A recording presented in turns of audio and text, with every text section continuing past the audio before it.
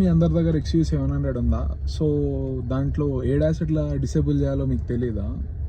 So నేను మీకు guide చేస్తాను, చూడండి. ADAS మొత్తం డిసేబుల్ అయిపోతుంది. సో ఫస్ట్ ఆఫ్ ఆల్ మనకి స్టీరింగ్ కంట్రోల్ మీద ఈ బటన్ ఉంటుంది, దీన్ని నొక్కండి. నొక్కి దీని తర్వాత లాస్ట్కి సెట్టింగ్స్కి వెళ్ళిపోండి. సీదా సెట్టింగ్స్కి వెళ్ళిపోయిన తర్వాత డ్రైవర్ అసిస్టెన్స్ అని ఉందా, దాన్ని ట్యాప్ చేయండి. ట్యాప్ చేసిన తర్వాత కింద ఆటో ఎమర్జెన్సీ బ్రేకింగ్ ఉందా, ఇందులోకి వెళ్ళి దీన్ని ఆఫ్ పెట్టుకోండి. నేను ముందే ఆఫ్ పెట్టుకున్నా, దీన్ని ఆఫ్ పెట్టుకోండి. మళ్ళీ బ్యాక్ వెళ్ళండి. బ్యాక్ వెళ్ళి లేన్ కీప్ అసిస్ట్ ఉందా, దీన్ని ఆన్ చేసుకోండి. దీన్ని పెట్టి దీన్ని కూడా ఆఫ్ చేసుకోండి.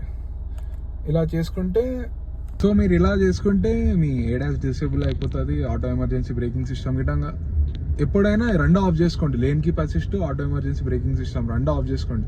రెండు ఆఫ్ చేసుకుంటేనే ఏదైనా లేన్ కీప్ అసిస్ట్ గిట్టంగా మనకు అంత సెట్ కాదు. ఓన్లీ అది ఎట్లా అంటే ఎక్స్ప్రెస్ వేస్కి సెట్ అవుతుంది. సో రెండింటిని ఆఫ్ చేసుకోండి, మంచిగా డ్రైవ్ చేయండి.